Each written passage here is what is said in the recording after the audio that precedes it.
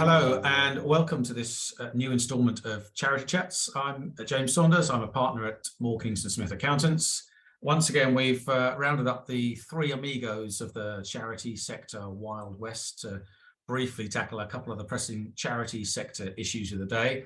Staying with that three amigos theme, we've got our very own Lucky Day, Catherine Rostrongi from Shakespeare Martineau.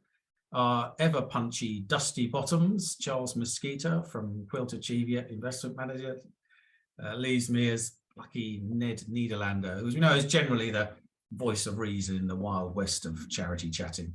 So turning to our subjects, catching my eye this week, it's been actually something that one of my colleagues at Moore Kingston Smith, Jeremy Norman, alerted me to, and that's a consultation just announced by HMRC on charity sector tax reliefs in general, gift aid in particular. Now, I'm conscious that tax is never an easy, simple subject, and for charities it can be extremely complex. The consultation does get quite complex about the principle and the concepts of sector tax reliefs. But at its heart, it seems to have stemmed from a concern that charity sector tax reliefs, A, aren't working very well, and B, are subject to abuse and might be being abused, which is a concern on both fronts, I think, at that high level. Now, as an accountant and auditor working in the charity sector, I do see frustrations regularly from clients and contacts about the operation of charity tax in general.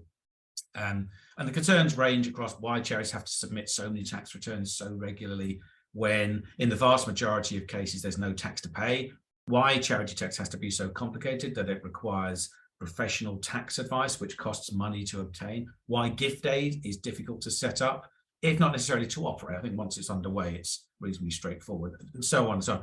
But also, I can also say on the other side of the consultation, I've never actually personally seen abuse of the charity tax system, which is actually the majority of that HMRC consultation looks at that. So I thought I'd ask the question here from to two charity sector specialists, but not by any means accounting or tax specialists. What would your initial thoughts be about that HMRC consultation and HMRC reviewing the tax system for charities? So, Charles, I'll come to you first. I have to say, reading through the consultation, steam was coming out of my ears. I wanted to spit tin tacks on it. And the problem is, it's the tone that they use. As if, they say, most charities are abiding by the law and everything else. And then they talk about the few. And you've picked up the point. I've never come across, or very, very, very, very rarely, people abusing the tax system when it comes to charities. And also, again, I think Catherine will pick this up, I hope, is that reading through all the things that they were picking up were effectively, as I understand it, against the law. So shouldn't this be picked up by the Charity Commission? I mean, they give an example on investment of trustees buying a foreign property, so they've got a holiday home. Well, that would be absolutely, as far as I'm aware, completely and utterly against the law, and you would be absolutely right for the Charity Commission to come down and you're like a ton of bricks.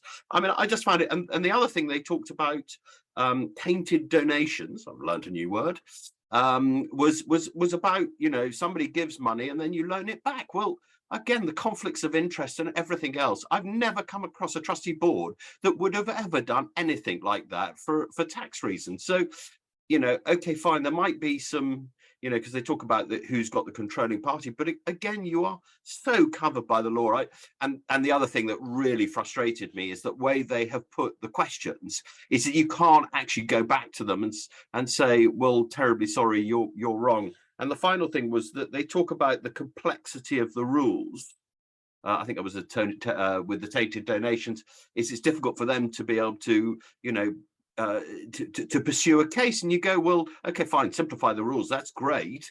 But that's not what it sounds like you're doing. So I'm sorry, I was absolutely spitting tin tacks at the end of it, because I just think that HMRC assumes that there is an awful lot of malpractice going on. And charities just don't need that.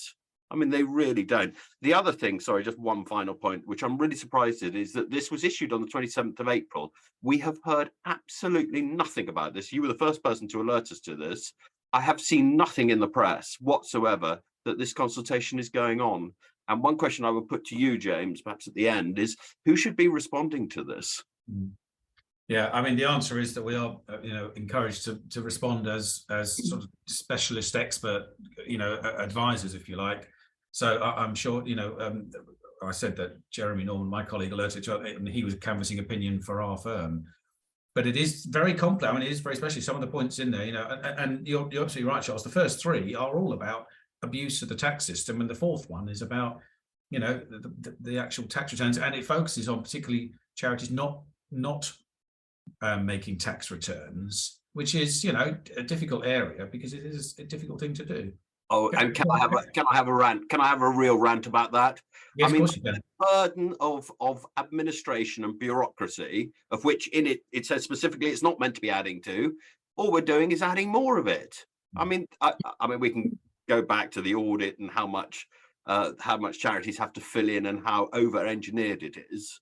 But this is just another thing that takes you away from your focus of what you're meant to be there for. Yeah.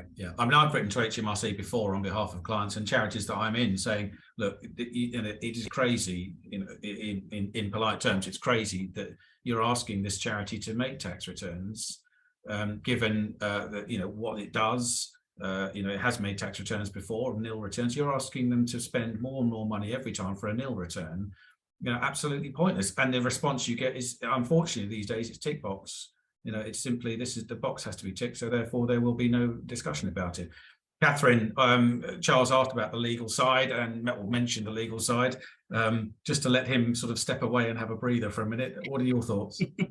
Yeah, I mean, I was similar to Charles in a way. I thought the examples were ridiculous. And I would just query, did that happen once? And now it's written in as, once upon a time, someone bought property abroad, but this just doesn't happen across the board. And I think the consultation just seemed to be so skewed to focus on the small minority that might be abusing the system, but the vast majority isn't and is complying with it or trying to.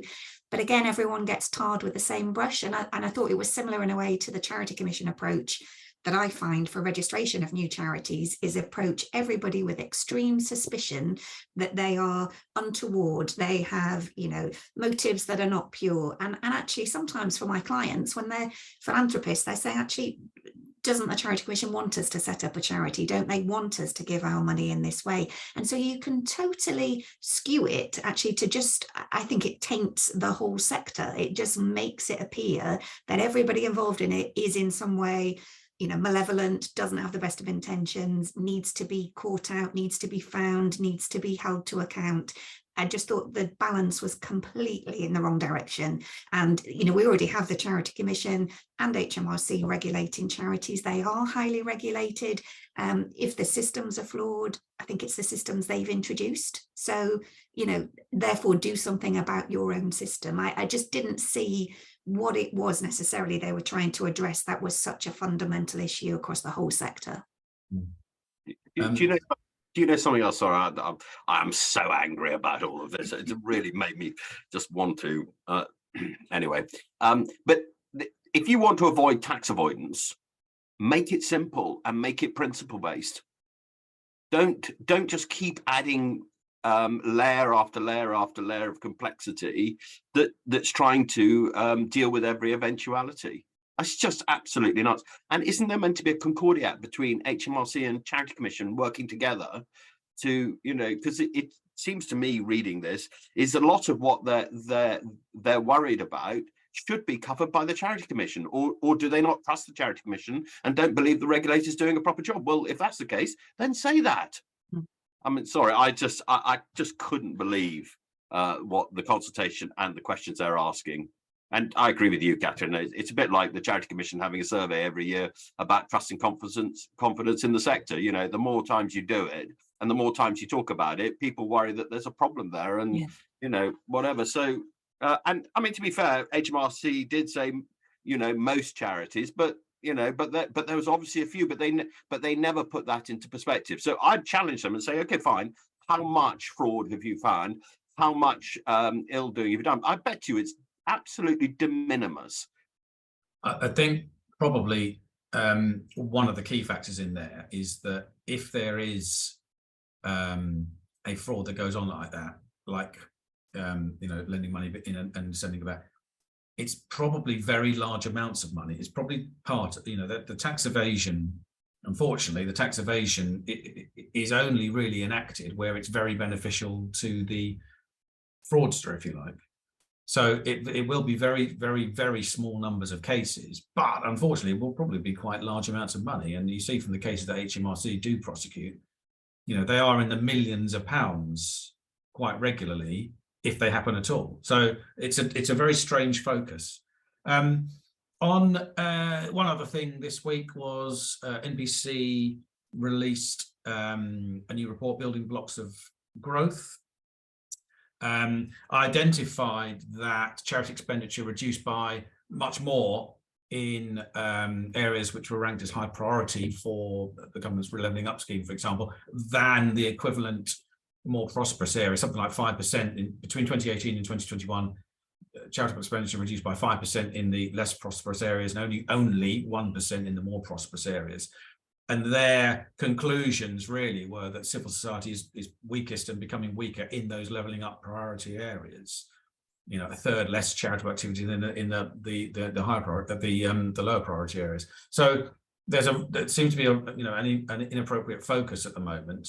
They recommended targeted social investment zones, so including releasing money from the social investment fund, and indeed related to our first point, more generous tax breaks in and around those areas that should be targeted for the levelling up focus, and they also, a national framework for tackling inequalities, identifying hotspots and targeting those areas that really do suffer from inequalities. But really, the question for you, Catherine and Charles, Catherine, I'll come to you first. Does that situation that NBC describes sound familiar at the moment? I appreciate it's 18 to 21, so it's a couple of years perhaps, still to develop. But does that sound familiar? And do their proposals sound sensible, Catherine? It sounded familiar. I suppose it's what we would assume, I think, whether that's from press reporting or just in general about levelling up and how it isn't actually working and it's not benefiting the areas that should be levelled up. I found the report, I don't know if it was the summarising of it, but it talked about civil society is weaker in the places that need it most and getting thinner each year, and I just found the whole thing thinner. What's thinner? Why is this thinner? So I think I just got distracted by some of the terminology, but I think in general the social investment zones, the targeted areas, the tax breaks, I just don't think that is what will fix it. I think when you're talking about deprived areas, I think realistically and reasonably the people living there think this is something the government should sort out. So then I don't think it should be charitable expenditure in those areas to fix it. I think it should be state funding that says, actually, it's our responsibility. We made this mess. We need to fix it. And then I think charity would add to the rich fabric of that and be added on top. It shouldn't be an excuse for underinvestment by the state, was my reading of it. Okay. Charles? Yeah, I'd agree with Catherine. I think putting in new zones, different tax breaks, everything else just adds confusion and doesn't actually end up doing anything. And the times it's been done before, I'd be interested to see anybody proving that actually that's had a material difference. I think with Catherine's absolutely right. These areas need serious funding, and the only one that can do that in a way that's going to make a material impact and change things is government. If you look at relief of poverty and for those charities doing it, to be honest with you, it's a drop in the ocean depending what government actually spends each year. So if those areas are getting poorer. The other thing I was sort of thinking at the time period they've taken it over, of course, it's been over the pandemic and then the cost of living crisis. And of course, we've had Ukraine. So I just, because I wasn't sure what funding they were talking, were they talking about government funding? Were they talking about grant makers? I can tell you grant makers definitely focus on areas. They have a positive discrimination because they're very much so geared up to that. Or is it in individuals giving money? And I just on the individual side, certainly there's been a much greater focus, I think, of money going into sort of health NHS with the pandemic and then Ukraine and that. And I don't think that's really particularly changed. So yeah, I was equally confused by the report, and I didn't really quite know.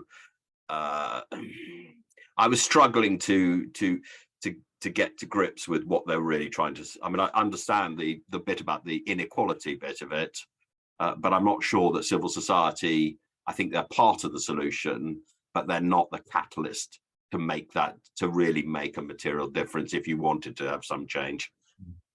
Well, as was said earlier, I think, you know, if the money's not there, what can you do? You know, you need the funding in the first place, and perhaps the funding should be the focus rather than necessarily the expenditure at this point. But NPC are doing what they can with the data. Okay, I was hoping that we would have time for a quick rendition of My Little Buttercup before we finish, but unfortunately we've run out of time. So thank you very much all for joining us this week. Do hope you found this 15 minutes snippet useful. Please do get in touch if anything strikes a chord with you, or indeed if you've got any suggestions for subjects for us to cover or any opinions on any of our ramblings. But otherwise, thanks for your attention, and see you next time.